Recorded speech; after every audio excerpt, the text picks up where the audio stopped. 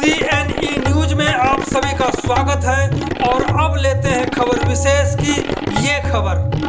कर्नाटक विधानसभा चुनाव में कांग्रेस की भारी जीत का जश्न चंडीगढ़ कांग्रेस भवन में भी मनाया गया। इस दौरान यहां कांग्रेस के सैकड़ों कार्यकर्ता ढोल नगाड़ों की थाप पर जमकर थिरके। इसी को लेकर हमने चंडीगढ़ कांग्रेस प्रदेश अध्यक्ष HS लक्की से बात की तो उन्होंने बताया। इससे पहले हम देखते हैं जीत का जश्न किस तरह से मनाया जा रहा है, फिर सुनेंगे HS लक्की को।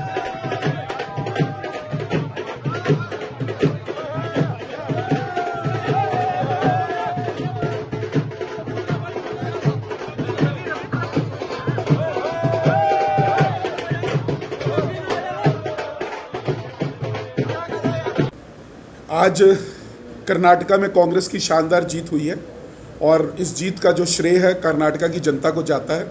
हम चंडीगढ़ कांग्रेस के सभी साथी आज यहाँ पर सेलिब्रेशन के लिए इकट्ठे हुए थे और सब खूब मिठाइयाँ बांटी गई, पटाखे जलाए गए, फूलों की वर्षा हमारे वर्कर्स ने की। पूरी कांग्रेस पार्टी इस बात से खुश है कि देश के अंदर एक नई राजनीति का आगाज़ हुआ है। 2024 का लोकसभा चुनाव के लिए एक नया एजेंडा मैं समझता हूँ सेट हुआ है।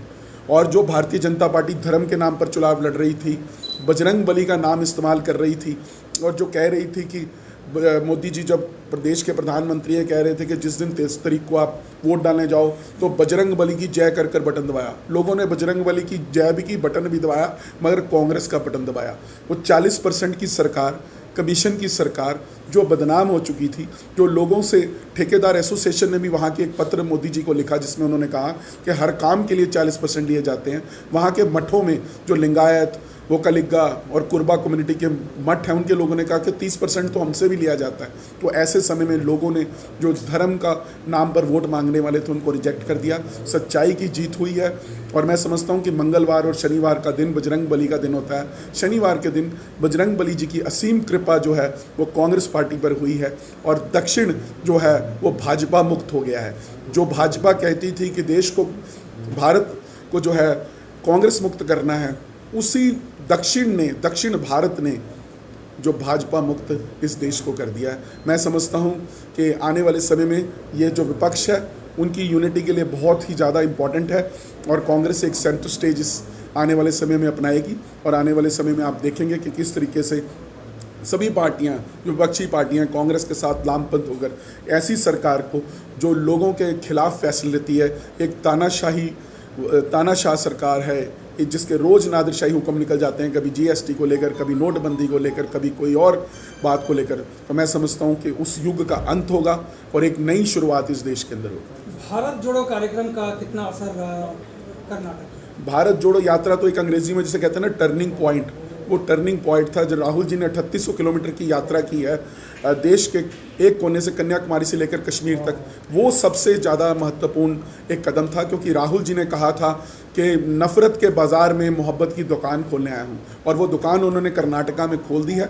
आने वाले दिनों में राजस्थान में, मध्य प्रदेश में, छत्तीसगढ़ में भी ये दुकानें खुलेंगी और 2024 में पूरी मोहब्बत का बाज़ार जो है वो इस देश के अंदर सजेगा। कितनी सीटें कांग्रेस को है और कब तक सरकार का गठन हो जाएगा, कुछ आइडिया है? अभी 137-38 हम जो टेलीविज़न पे देख रहे थे और उसमें से काफ़ी अब डिक्लेयर हो चुकी हैं। सरकार का रास्ता बिल्कुल साफ है। 112 मेजॉरिटी, 112 तो जो है हाफवे मार्क था और 113 मेजॉरिटी के लिए चाहिए थी। वो बहुत कंफर्टेबल मेजॉरिटी कांग्रेस के पास है और जल्दी ही मेरे ख्याल कल CLP की मीटिंग वहाँ पर 12 बजे बुलाई गई है कर्नाटका के अंदर, बेंगलोर के अंदर, तो उसके अंदर फैसला हो जाएगा और एक नई लोगों की सरकार जिसमें 5 गारंटियाँ जो कांग्रेस ने प्रॉमिस की वो पहली ही कैबिनेट मीटिंग में उन लोगों को दी जाएगी। 2024 लोकसभा को किस तरह से देखते हैं इस चुनाव को लेकर? मैं समझता हूँ कि एक नई राजनीति का आगाज़ हुआ है। कांग्रेस पार्टी आगे बढ़ेगी और एक नया उत्साह, एक नई, मैं समझता हूँ ऊर्जा जो है वो कांग्रेस पार्टी के वर्कर्स में इसके साथ आएगी। आज भी आपने कांग्रेस भवन में देखा होगा सैकड़ों की संख्या में लोग आए और खुशी मनाने के लिए यहाँ पर आए। लड्डू भी बांटे गए, फूल भी बरसाए गए और लोग बहुत उत्साहित है कांग्रेस के और इसलिए ये एक अच्छा मैं समझता हूँ कि रहेगा 2024। धन्यवाद आपका। धन्यवाद मधुकर जी। CNE न्यूज के साथ बने रहने के लिए आप सभी का बहुत बहुत धन्यवाद।